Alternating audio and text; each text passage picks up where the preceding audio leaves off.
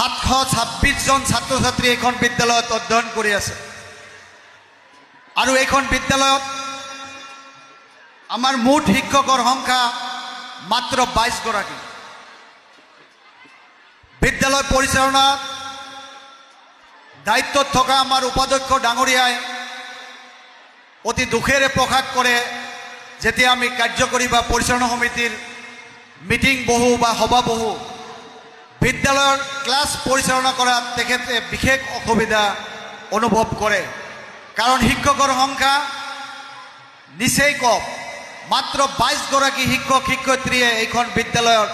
ছাত্ৰ ছাত্ৰীসকলক শিক্ষা দান কৰি আছে আৰু এটি দুখৰ বিষয় এইখন বিদ্যালয়ত এজনো 4th গ্ৰেডৰ বা চকীদাৰ বোলা এজনো নাই আৰু এটি দুখৰ বিষয় এইখন বিদ্যালয়ত আমাৰ কেৰাণী বা ইউডিএক নাই আমাৰ শিক্ষকসকলে কেৰাণী চকীদাৰ গোটেইখিনিৰ দায়িত্ব সামৰি আপোনালোকৰ ল'ৰা ছোৱালীক শিক্ষা দান কৰি আছে আপোনালোকৰ ল'ৰা ছোৱালীক শিক্ষা দান কৰাত তেওঁলোকে কতো ত্ৰুটি কৰা নাই আমাৰ এইখন বিদ্যালয়ত খুব ভাল ভাল শিক্ষক শিক্ষয়িত্ৰী দূৰ দূৰণিৰ পৰা ইয়াতে নিয়োগ হৈ আছে আপোনালোকৰ এটাই অনুৰোধ থাকিল আপোনালোকৰ ল'ৰা ছোৱালী ঘৰত পঢ়ে না নাই স্কুলৰ পৰা যাই সন্ধিয়া কিতাপ লৈ বহে না নাই আপোনালোকে খালি এইখিনি বস্তু লক্ষ্য ৰাখিব মই আপোনালোকক প্ৰতিশ্ৰুতি দিব পাৰোঁ এই 22 গৰাকী শিক্ষক শিক্ষয়িত্ৰী ইমান ধুনীয়াকৈ শিক্ষা দান কৰে মই যোৱা কেইদিন কিছু ক্লাছত সোমাইছোঁ তেওঁলোকক মই ৰিডিং পঢ়িব দিছোঁ তেওঁলোকে ধুনীয়াকৈ ৰিডিং পঢ়িব পাৰে তেওঁলোকে ইংৰাজী ৰিডিং পঢ়িব পাৰে তেতিয়া তেওঁলোকক সুধিছোঁ তোমালোকক কোন শিক্ষকে পঢ়ায় যি শিক্ষকসকলৰ নাম লৈছে মই ব্যক্তিগতভাৱে তেওঁলোকক ভালকৈ জানো তেওঁলোকে আমাৰ ল'ৰা ছোৱালীখিনিক ভালকৈ শিক্ষাদান কৰি আছে মাতো আপোনালোকে আপোনালোকৰ ল'ৰা ছোৱালী ঘৰত যাই পঢ়ে না নাই আপোনালোকৰ ল'ৰা ছোৱালী ৰাতিপুৱা উঠি কিতাপ লৈ বহে না নাই এইখিনি আপোনালোকে লক্ষ্য ৰাখিব লাগিব আমাৰ যোৱাবেলি মেট্ৰিক তথা হায়াৰ ছেকেণ্ডেৰী ৰিজাল্ট বহুত উন্নত মানৰ হৈছে আপোনালোকক এটি কাহিনী কম আমাৰ শ্ৰদ্ধাৰ শিক্ষাগুৰু এইখন বিদ্যালয়ৰ প্ৰাক্তন অধ্যক্ষ আব্দুল খালেক আমাৰ আজিৰ অতিথি ডক্টৰ আমিনুৰ হুছেইনৰ দেউতাক তেখেত এইখন বিদ্যালয়ত যেতিয়া অধ্যক্ষৰ দায়িত্বত আছিল তেতিয়া মই এইখন বিদ্যালয়ত শিক্ষক হিচাপে নিয়োজিত আছিলোঁ তেতিয়া মই মেট্ৰিক পৰীক্ষাৰ ডিউটিত মাজগাঁৱলৈ গৈছিলোঁ মোৰ ডিউটি পৰিছিল যিসকল ছাত্ৰ ছাত্ৰীয়ে ফেল কৰে যিসকল ছাত্ৰ ছাত্ৰীয়ে কম্পাৰ্টমেণ্ট পৰীক্ষা দিয়ে সেইটো চেণ্টাৰত মোৰ ডিউটি পৰিছিল তেতিয়া এক্সটাৰ্নেল আহি মোক প্ৰশ্ন কৰিছিল তুমি নকল কৰিবলৈ সুবিধা দিছা মই কৈছোঁ যে নাই মই নকল কৰিবলৈ সুবিধা দিয়া নাই তেতিয়া এক্সটাৰ্নেলে মোক সুধিছিল এইখন হলত তোমালোকৰ স্কুলৰ ছাত্ৰ ছাত্ৰী আছে মই কৈছোঁ যে নাই মোৰ স্কুলৰ ছাত্ৰ ছাত্ৰী নাই কাৰণ মোৰ স্কুলত যোৱা 3 বছৰত এজন ছাত্ৰ ছাত্ৰীও ফেল কৰা নাছিল আমাৰ অধ্যক্ষ ডাঙৰীয়াই স্কুলত ইমান ধুনীয়াকৈ শিক্ষা প্ৰদান কৰিছিল যে সেইটো সময়ত একে লেঠাৰিয়ে 3 বছৰ এজন ছাত্ৰ ছাত্ৰীও ফেল কৰা নাছিল আমি এইবাৰ প্ৰতিশ্ৰুতিবদ্ধ হৈছোঁ আমাৰ শিক্ষকসকলৰ লগত আমি পৰিচালনা কমিটিয়ে বহি প্ৰতিশ্ৰুতিবদ্ধ হৈছোঁ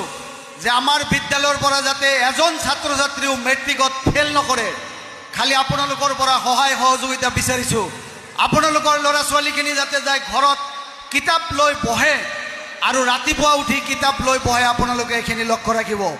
বাকীখিনি আমাৰ শিক্ষক শিক্ষয়িত্ৰীৰ ওপৰত এৰি দিয়ক আপোনালোকৰ ল'ৰা ছোৱালীক মই প্ৰতিশ্ৰুতিবদ্ধ কৰিছোঁ আমাৰ শিক্ষকসকলক লগত লৈ যে কোনো ছাত্ৰ ছাত্ৰীয়ে যাতে ফেল নকৰে আৰু আপোনালোকে যদি এইখিনি কৰে তেতিয়াহ'লে অহা পৰীক্ষাত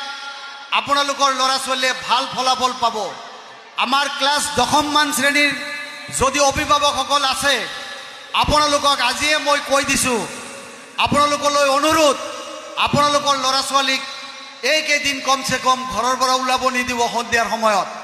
আপোনালোকে কতো যাব নিদিব তেওঁলোকক কিতাপৰ লগত বহাই দিয়ক আৰু যদি নিদিয়ে তেওঁলোকে অহা যিটো পৰীক্ষা, এই পৰীক্ষাৰ যিটো ৰিজাল্ট ফলাফল ওলাব, সেই ফলাফলত যদি নম্বৰ কম পায় তেতিয়াহ'লে কিন্তু আমি মেট্ৰিক পৰীক্ষাত আমি বহিবলৈ নিদিওঁ। আপোনালোক কোনো অভিভাৱক আহি যেতিয়া আমাক ৰিকুৱেষ্ট কৰিব, আমাৰ শিক্ষকসকলক ৰিকুৱেষ্ট কৰিব যে পৰীক্ষা দিবলৈ দিয়ক, তেতিয়া কিন্তু আমি পৰীক্ষা দিবলৈ নিদিওঁ। সেইকাৰণে আপোনালোকক মই আজিৰ এইখন মঞ্চত কৰজোৰে অনুৰোধ ৰাখিছোঁ, আপোনালোকে যাতে প্ৰত্যেকেই দশম শ্ৰেণীৰ যিসকল ক্লাছ 10ৰ অভিভাৱক ভাই ককাই বা দেউতা মাক উপস্থিত আছে, আপোনালোকলৈ কৰজোৰে অনুৰোধ জনাইছোঁ, আপোনালোকৰ ল'ৰা ছোৱালীক আজিৰে পৰা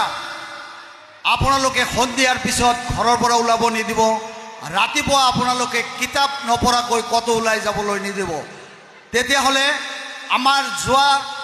অধ্যক্ষ ডাঙৰীয়া, আমাৰ খালেক ছাৰে যেতিয়া আছিল অধ্যক্ষ, আমি 3 বছৰ এটাও ছাত্ৰ ছাত্ৰী ফেল কৰা নাছিল। আমি সেই অভিলেখ গঢ়িবলৈ সক্ষম হ'ম। এইখিনি অনুৰোধ ৰাখি আপোনালোকৰ সহায় সহযোগিতা আন্তৰিকতাৰে কামনা কৰিছোঁ। লগতে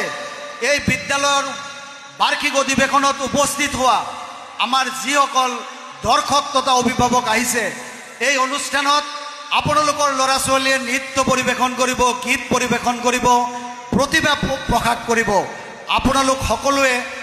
একোজন স্বেচ্ছাসেৱক হিচাপে আমাক সহায় সহযোগিতা কৰিব বুলি আশা ৰাখি আপোনালোকক বিদ্যালয় পৰিচালনা সমিতিৰ সভাপতি হিচাপে আটাইকে শ্ৰদ্ধা জনাই মোৰ বক্তব্য সামৰিছোঁ আৰু মুকলি সভা ইমানতে সামৰণি মাৰিছোঁ। এতিয়া আপোনালোকক আজিৰ সাংস্কৃতিক মঞ্চ উদ্বোধনী হ'ব আৰু সাংস্কৃতিক সন্ধিয়াৰ গীত মাত পৰিৱেশন হ'ব। আপোনালোকক সহায় সহযোগিতা কৰাৰ আহ্বান ৰাখিছোঁ। ধন্যবাদ। খোদা।